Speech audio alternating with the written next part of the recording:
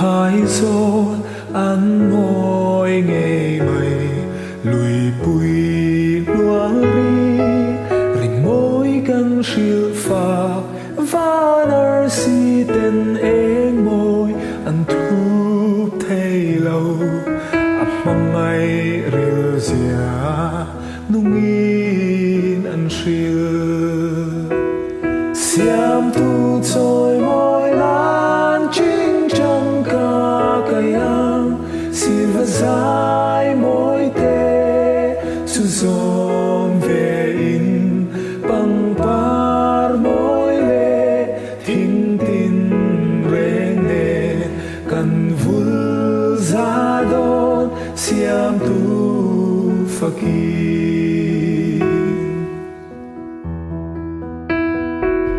Ding đi chua kín coi a her liam bùi xiêm tu su thiệt aman ha bè hilo na triệt na thiam kim min te a hay bè roa em đi dung ra mà phân xiêm tu trôi môi chính trong cả cái ang xin vật dài môi tê su dòng về in bằng par môi lệ thinh tin reng nè cần vul ra đô xiêm tu fakir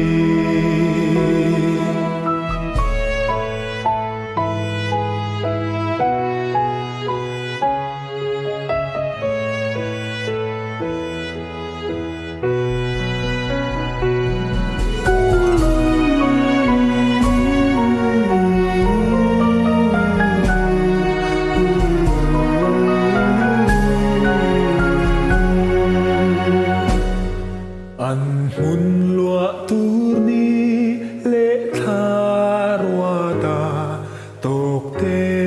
a lei a her ve lai hian ti sa ti sen tok phang i ve fel hi mak tin ka an nun ka shia siam tu trôi môi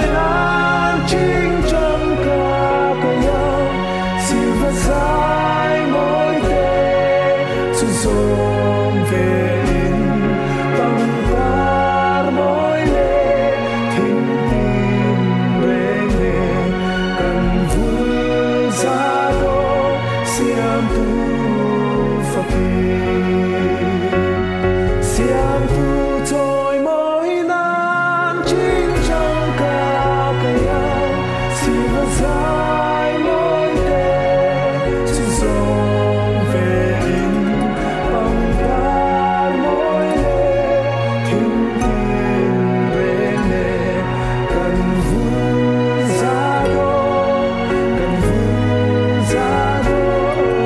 cần vul ra đô xiêm tu